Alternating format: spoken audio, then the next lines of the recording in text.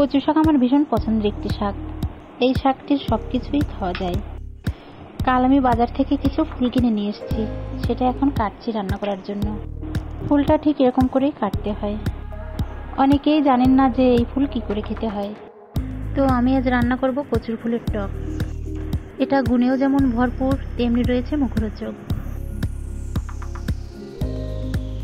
সবগুলো ফুল কেটে নিয়েছি, এখন ধুয়ে নেব।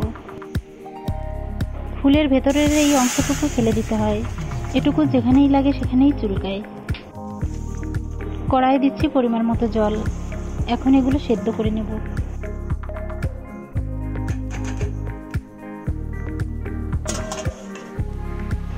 এই ফুলের সঙ্গে কচি পাতাগুলো দিলে ভীষণ টেস্ট হয়, যে পাতাগুলো মোড়ানো থাকে সেই পাতাগুলো।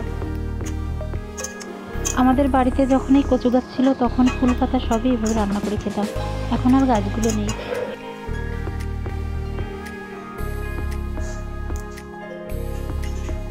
এটা সেদ্ধ করে নিয়েছি, এখন জলটা ঝরিয়ে নিচ্ছি। সর্ষে ফোড়ন দিয়ে এগুলো ছেড়ে দেবো এখন।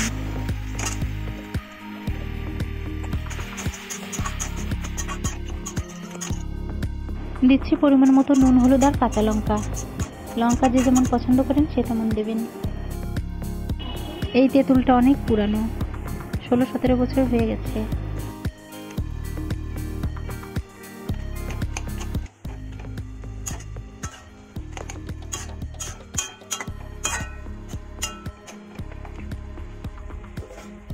এখন একটু ঢেকে দিচ্ছি যাতে তেঁতুলটা ভালো মিশে যায়।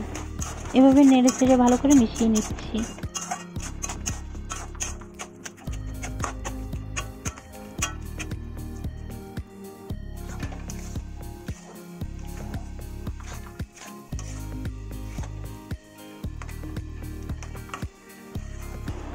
এটা হয়ে গেছে, এখন নামিয়ে নেব। তো রান্না করে নিয়েছি অসাধারণ টেস্টে ভরা কচুর ফুলের টক। এই খাবারটিতে মুখে রুচি আসে, আর এটাই গুণ রয়েছে প্রচুর পরিমাণের। যারা এই রান্নাটি করতে পারেন না, আমার রেসিপিটা ফলো করুন।